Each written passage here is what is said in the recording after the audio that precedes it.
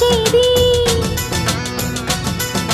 తన మదిలోని కలకలనన్ని అమ్మలకేగ తెలిపేది నెలతలే లేకుంటే దేవుడికి నెలవేది భక్తులే రాకుంటే గుడికి ఇక వెలుగేది దయతోటి కుంకుమ పూలు అక్షింతలు మనమంతా ఇవ్వాలి తన తాళి నిలపాలి తాళి కాచి ముత్తైదా ఎల్ల